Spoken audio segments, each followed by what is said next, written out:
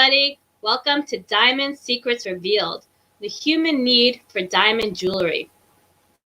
I know that most of us are staying home and living in our pajamas, sweats, or workout clothes. I know for me, I just put on a nice top to do these lives. But other than that, it's sweatshirts, sweatpants, yoga pants, pretty much every day. And for most of you, you're probably not wearing the jewelry you have or thinking about getting new jewelry. Well, what if I told you that diamonds and jewelry are one of our needs as human beings? You may be skeptical and wondering, how will jewelry help me during times like these? Well, think of how you feel when you wear your diamonds or other jewelry. You feel more beautiful. You feel special.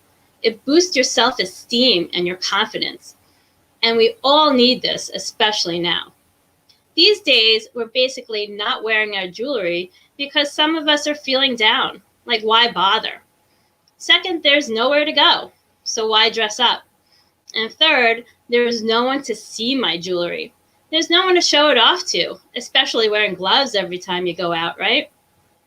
These are all part of why jewelry is one of our basic needs. Today, we'll explore the history of why jewelry is so symbolic and how these needs affect you. My name is Jennifer Wyszynski. I'm a GIA gemologist, jewelry designer, and appraiser, and I love to talk and teach about all the different gemstones, especially diamonds. So let's talk about why we absolutely need jewelry in our lives. So how are our human needs even determined? Well, there's a pyramid in psychology called Maslow's Hierarchy of Needs. Here's a picture of it. And these are broken down into categories that humans need to fulfill in order to be satisfied. The first two needs are the basic human needs, psychological needs, which are food, water, warmth. And then there's the need to feel safe and secure. The next two is psychological needs, love and belonging, which is the need for intimate relationships and friends. Then there are self-esteem needs like prestige and status and feelings of accomplishment. The last level is self-fulfillment needs, which is the highest level. This is the need for self-actualization, so to achieve your full potential in life. So where exactly does jewelry fit into that pyramid? According to studies, gemstones and jewelry lie within the psychological tiers of love and belonging and self-esteem and status.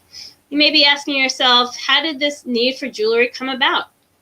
Well, the earliest use of jewelry to be used as a symbolic gesture of a bonding or a commitment between two people was often in the form of chains and bracelets.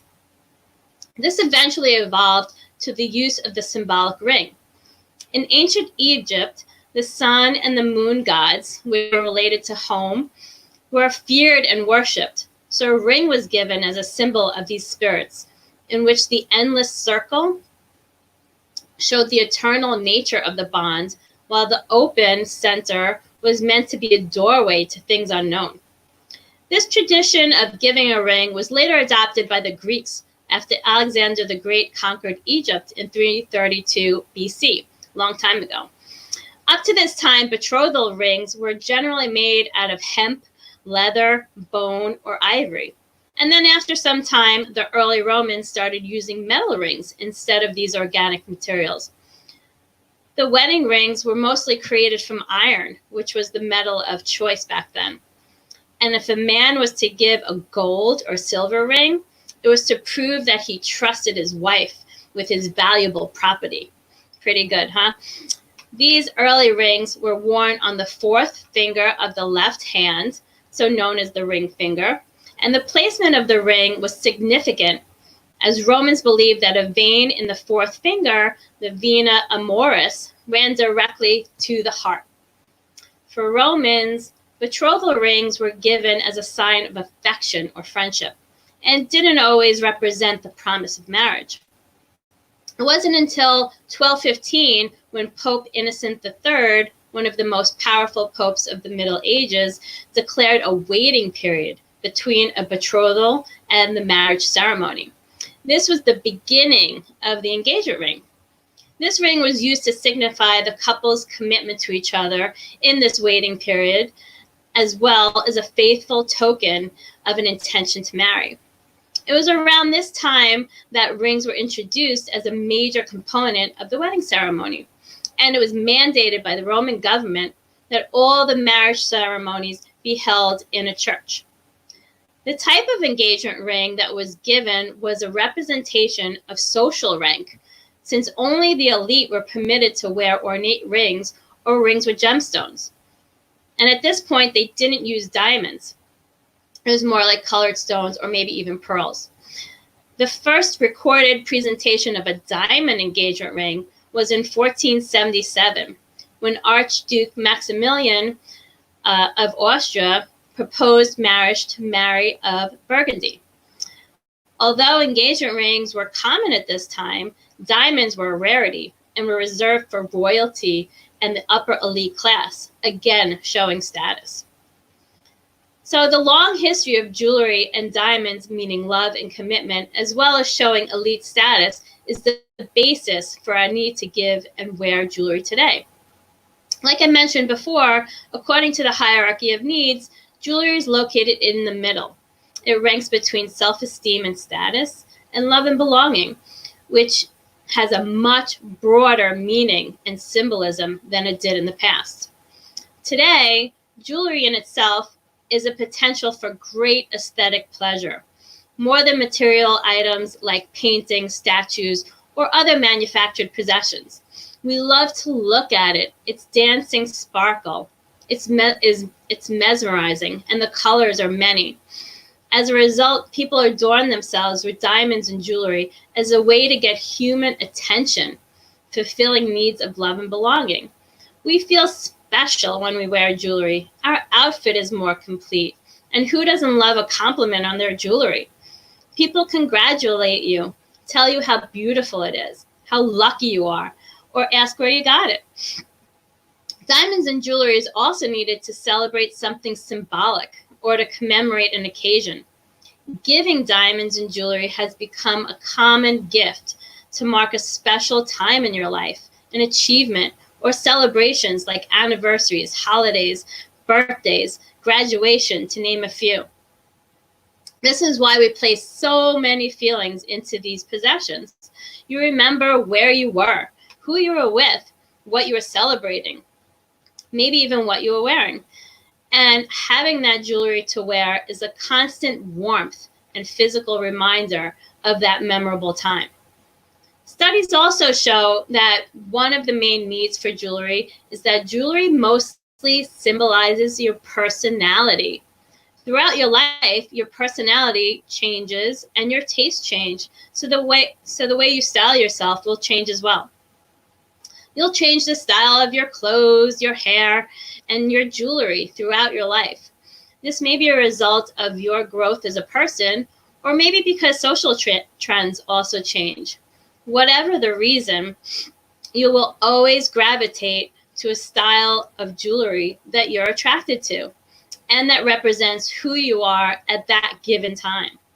Your personality may be big and bold, or small and simple. Or maybe you like colorful with all different gemstones. Or maybe you like uniform in color with just one color. Or maybe you just like diamonds. Who doesn't? Or maybe you just like gold jewelry or platinum jewelry without any gemstones or ornamentation.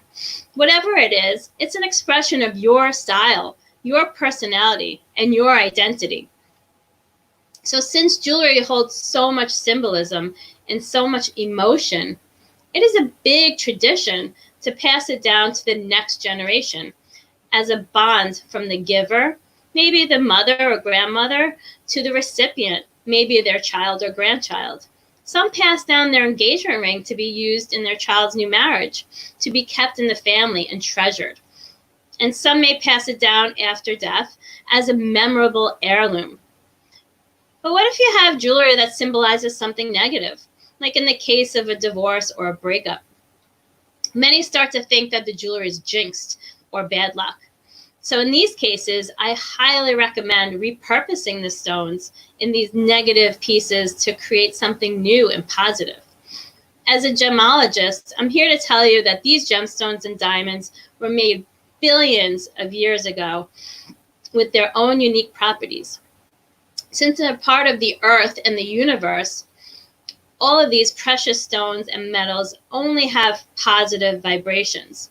They affect your physical, spiritual, and emotional being in different ways, but they all have the highest energy of any other material in your life. More than your car, more than your house, more than a painting. They were created in nature, just like us. These stones create a harmony and a balance that's needed in your life, needed for health, needed for a calmer, peaceful inner spirit, needed for emotional release, which brings closure, confidence, freedom, and the best of all, joy and enlightenment. And by keeping these valuable stones and setting them in a completely new, different, transformational way, you not only preserve all of these positive powers, but the intrinsic value will increase. It'll be worth more money. Did you ever hear that you can't break a bad habit? You need to replace it with a positive one? Well, by transforming these painful pieces, you're creating something special and positive just for you and your new identity. Part of creating that new self-identity is reclaiming your style and creating jewelry that now symbolizes your celebrations and what you want to commemorate. Style studies report that more women than ever want to recognize their personal and professional milestones independent of their relationship status, so whether they're married or not. Then, by creating a positive intention for the new piece, all of that positive energy cleanses all of that negative emotion you had for that old piece. It re-energizes the stones, the metal, and your connection with the universe. So the reasons we wear jewelry are many. Whether you're buying or wearing diamonds and jewelry to honor your commitment to a new marriage, remember a family member, or celebrate yourself. The basic needs of love and belonging and self-esteem and status are still there. So I have a fun gift for all of you.